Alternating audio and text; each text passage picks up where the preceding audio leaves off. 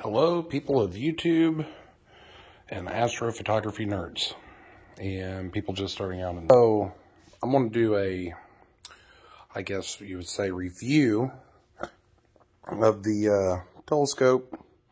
Well, both probably, that you've seen on the good old Facebook.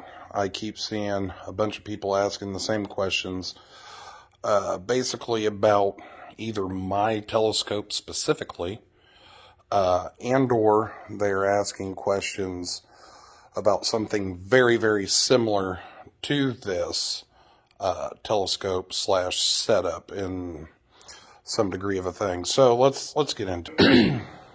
Welcome to my messy garage. It's winter in Indiana, which means that magically everything has just kind of went by the wayside. And there's just junk everywhere because it's bloody fucking cold. And I didn't cuss in the first 30 seconds, and according to the fat electrician, that is a thing. Anyway, so a little bit about this setup. So here we have the Orion Sirius AZ EQG Go-To mount. Pro. Yeah, that's a thing. So we have this mount. If you don't really know what this is, this will do with one or two telescopes. It'll go up, down, left, right, or you can put it in equatorial mode like it is now, and it will track. This is the black version of the Skywatcher HEQ 4, 5, or 6. One of them. Anyway, so over here we have a polar scope. That is going to be aligned on Polaris. That's the newer model.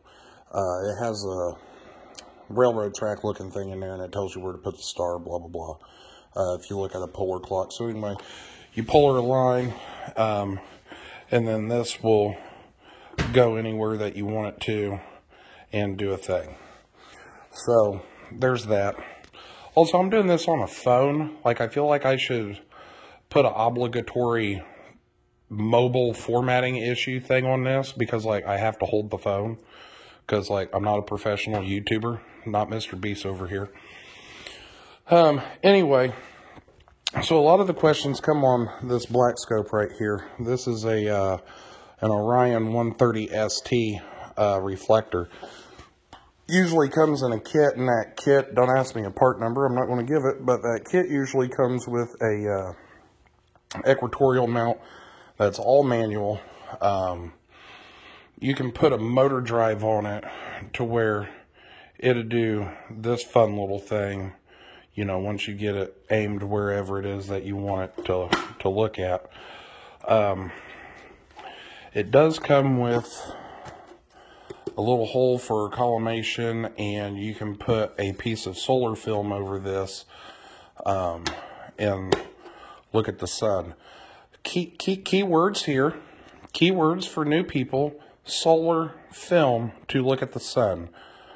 Don't go look at the sun without specific solar film. It's cheap. It's hiding around in mess somewhere. But anyway, it's like $13. Like, $13 saves your eyes.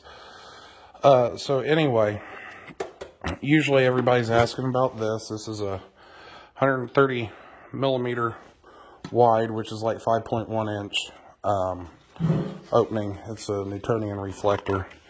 This would be the secondary mirror. So the problem that a lot of people have is saying that they want to start astrophotography with this. That is such a no-go. It's not even funny. You cannot accurately get this to go in far enough to achieve back focus on a DSLR. And back focus is once your image leaves your secondary mirror and shoots over to your eyepiece, focus is achieved somewhere in here. So this has just a cheaper... Okay, I cranked that down. Oh, it helps if you turn it the right way. This has a cheaper zoom lens in it. If anybody's interested, if this thing will focus, I actually like it. 8-24. And then you can screw in filters for like moon and stuff. Still have the original finder scope, that's a thing. But anyway, visually, great scope. I jumped in feet first and just started spending money, which is what most people do. So this scope is good for looking at the moon, Jupiter, Saturn. I've looked at Mars through it. That was underwhelming. So you can look at some of the planets. Haven't ever tried for Neptune, Uranus, anything like that. So couldn't tell you. But it looks at planets real good, looks at the moon real good, and it will do brighter stuff like the Pleiades. Oh, well, side note, Saturn. You can see the rings. It's really small. Even if you put a 2 times Barlow in it, which I have, even if you put a 2 times Barlow in it, like, you're not going to get to see the Cassini division. So that's a thing. This little wiggle is also a thing. I think it's in the mount. But anyway, so you can look at the Orion Nebula, M42. You're not going to have a big enough aperture to be able to see Horsehead, which is IC 434, or the Flame. You can see M57, the Ring. You can see some smaller stuff that's faint. You can see Andromeda with it. Granted, if you're getting this as a beginner, you're going to have all kinds of problems with a full manual mount on finding anything. That's half the reason why I went with a go-to mount. Orion doesn't sell these anymore. They're like $1,000. But anyway, so we've covered the issues with the mount that comes with it. We've covered the issues with back focus with the DSLR. You can use the little Webcam things, Astrocam, stuff like that. The problem that you're going to have with that is going to be your balance, because you've got this, you've got that, and then you're going to have a big cam. Usually what people do is, as you look at it, the eyepiece would be down here to balance the camera, which then creates its own host of problems when you go to polar align it and you're looking at guide stars. Now, with all that said, before I got too in-depth with it, I bought this off of my buddy. This is a Borg 77 ED2. It's got the light dispersion glass on it, 77 millimeter objective. I got pictures on my Facebook. I don't know how to put pictures on probably editing software that like I don't have, and I don't really have them printed out, and the ones that I do aren't floating around here. So anyway, Borg 77 ED2.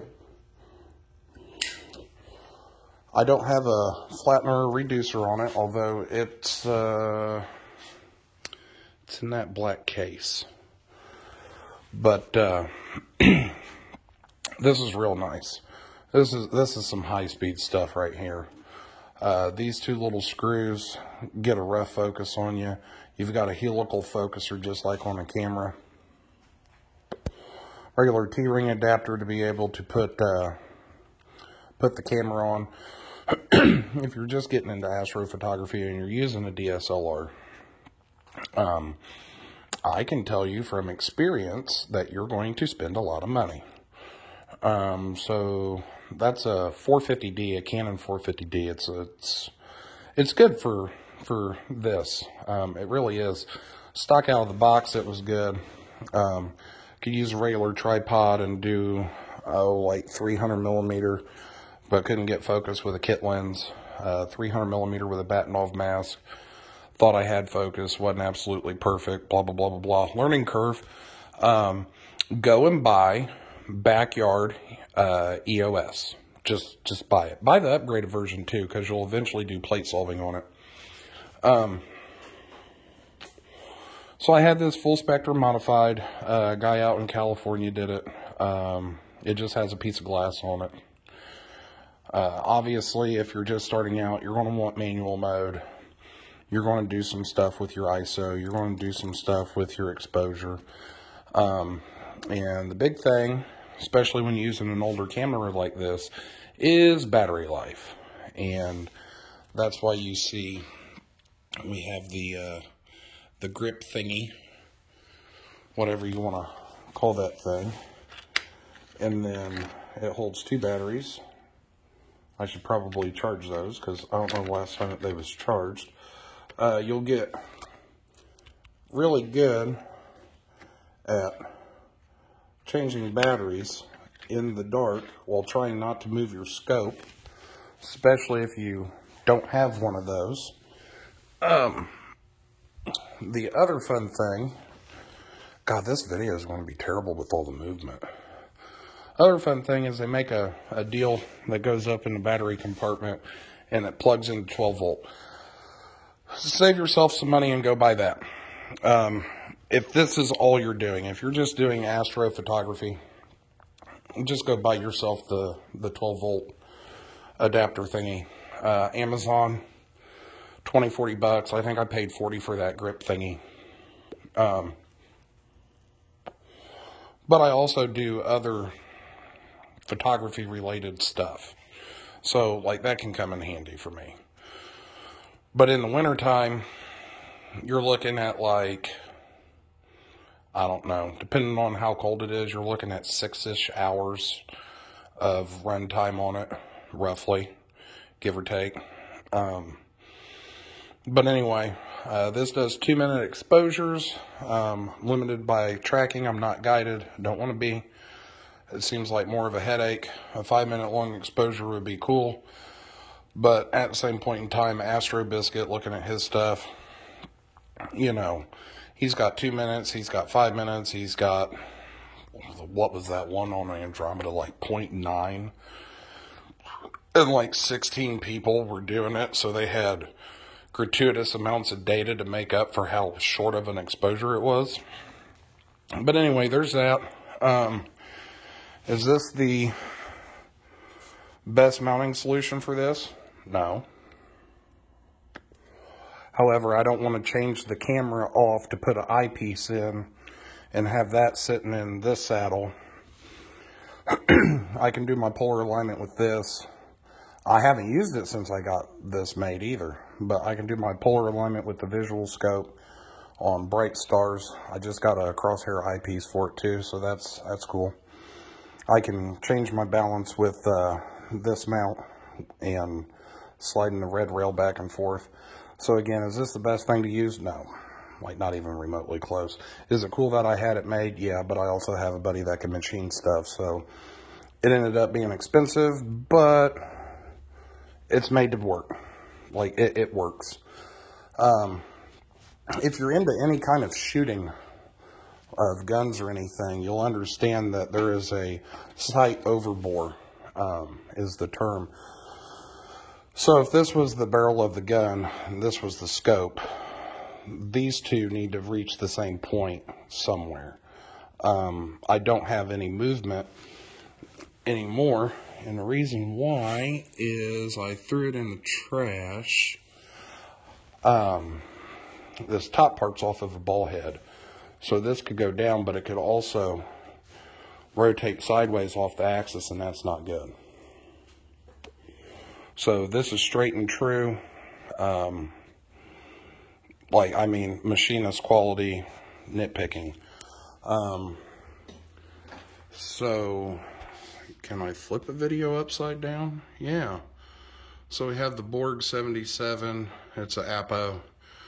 In case anybody's wondering, Brent Spiner that played Data on The Next Generation, John Delancey, Gates McFadden, and then my girl, 709. So anyway, we have that. So if I was going to get into, oh, I can change zoom. If I was going to get into astrophotography, just astrophotography, I wouldn't have got the Orion, like, at all. Maybe I've got the mount, maybe not. I've had problems with it. I've had a learning curve with it. It's a thing. I probably would have just got something like the Borg if I knew what I was doing. And I probably would have got a dedicated Astro Cam instead of a modified DSLR. But again, I can use that for other pictures of nature, etc. So, I mean, it works. Real easy to use, especially with Backyard EOS. Slight learning curve on everything. Everything's going to have a learning curve. Everybody should understand that. Visual, if I was doing visual only and was just starting, yeah, I get the Orion. This kind of works because I do both. You know, I'll look at stuff, planets and whatever, and I can look at Jupiter with that, and then when I'm done looking at it and the family's disappeared back into the house out of the cold and whatever, I can start imaging. So there's that. And honestly, I would probably even go bigger. I'd get like an 8-inch Dobsonian or so if you're wanting to do visual only. Again, if you're wanting to do astrophotography, do not get that black scope because it's not going to do anything for you. Whereas the 77 ED2 Borg will. You know, anything of that caliber, maybe start with, and I know Orion products fairly well, maybe start with a 80 millimeter Go Scope or whatever, and maybe that, and just try some short exposures and get you a Bahtinov mask that fits over the thing. But really, for anything like that looks like Hubble but isn't, you're going to have to go with a tracking mount. I think that's about all the accoutrements. Other than, and I haven't been out in a while, and speaking of, I need to find my camp seat for some coyote hunting. Oh, this is decent. The Celestron Next Image 5 cam. It's decent for use on the 130. Oh, hey, solar film. I'll show you how to use that here in a second. We got a chicken coop heater. We have it in a black tote. Got a lid. Set it on a little fold-out aluminum camp table. Maybe bungee cord it down, whatever. Plug it in. The chicken coop heater, I really needed a deeper tub to set the computer on it instead of on the back of the screen. The chicken coop heater, that is to keep the computer working, because apparently my computer will get too cold for the touch sensors and everything. So that's what that's for. This is a, hell, I got this off Amazon. This is a cheaper Bahtinov mask, but it does different sizes, which is handy. I serendipitously got that. The solar film, however, if we hold it up to the light, like, you can't see through it. Shiny side out. Get you a rubber band, hair tie, whatever. Put this on, hair tie it down. Doesn't matter if it's wrinkly. I've got pictures of the sun in some way, shape, or form. Again, on Facebook. Don't know how to put it on. Pictures of the moon. Pictures of some planets. It's fun. Learn how to take flaps. That's a thing.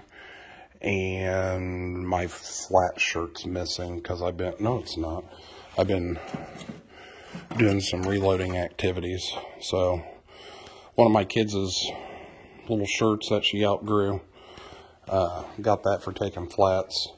Batteries are a big thing. I think I have like 6 or 8 batteries floating around here. But yeah, there you go. And then if you have anybody in your house that can sew, let me see if I can pause this. Yeah, there we go. Walmart has some spacey fabric.